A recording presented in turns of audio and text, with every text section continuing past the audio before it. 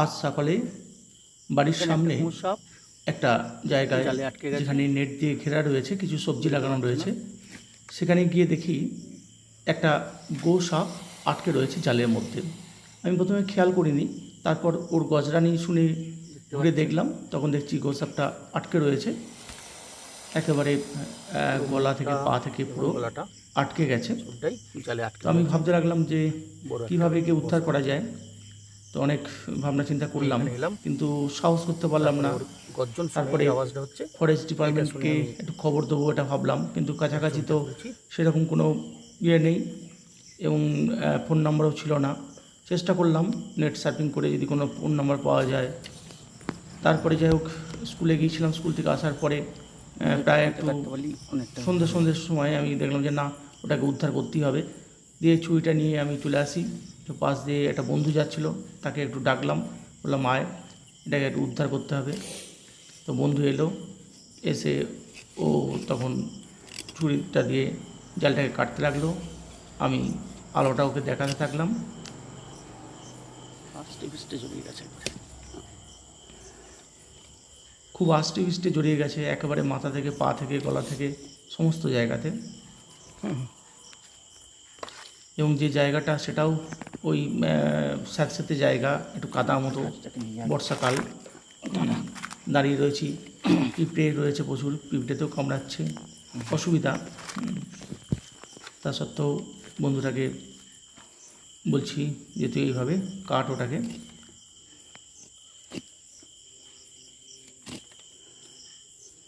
ও বুঝতে পারছে গলা থেকে পা থেকে প্রচুর জড়িয়ে গেছে।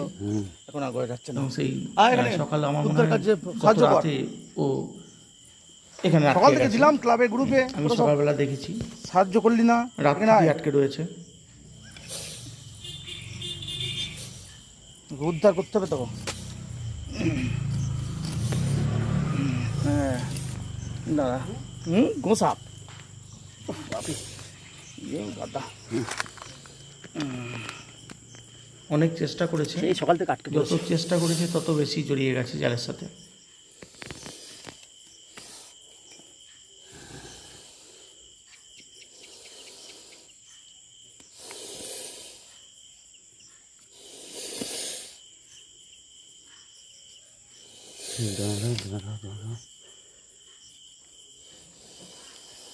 পুরো পা থেকে লেজ থেকে পুরোপুরি একদম জালের সঙ্গে জড়িয়ে গেছে, প্রচণ্ডভাবে জড়িয়ে গেছে,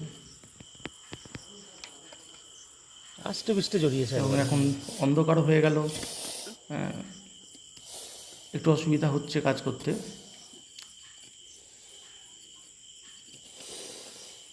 তবু ওকে উদ্ধার করতে হবে।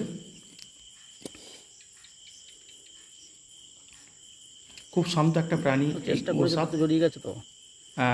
বড় টিকটিকি প্রজাতির এরা। সাপ বললেও এদের সাপের কোনো বৈশিষ্ট্য কিন্তু এর মধ্যে নেই, সরীসৃপ, টিকটিকি প্রজাতি, এবং নির্বিষ, বিষ নেই। তবে এদের লালা খুব বিষাক্ত। কাদের পক্ষে বিষাক্ত? যে সমস্ত প্রাণীদের এরা খায়, ব্যাঙ বা অন্য কোনো প্রাণী যারা এদের খাদ্য, তাদের পক্ষে বিষাক্ত। মানুষের এদের কোনো ভয় নেই, মানুষকে এরা কামড়ায় না বা মানুষের কোনো ক্ষতি করে না। অনেকেই গোসাপ দেখলে ঢিল মেরে মেরে দেয়, বাচ্চা ছেলেদের দেখেছি আমি। এটা তোমরা কোনোভাবেই করবে না।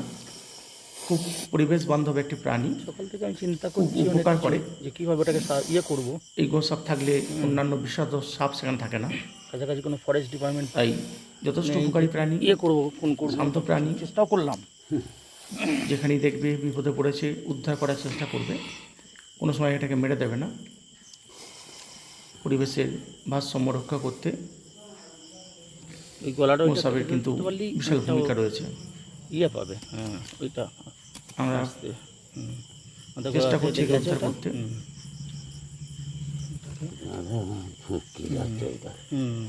অনেকটাই কাটা হয়ে গেছে। আচ্ছা, গলাটা থাক, এখন এখন এই দিকটাকে করে ওটা থাক। আগে এই পায়ের দিকগুলো, লেজগুলো, এইগুলো করে নে তো। এগুলো কেটে দে।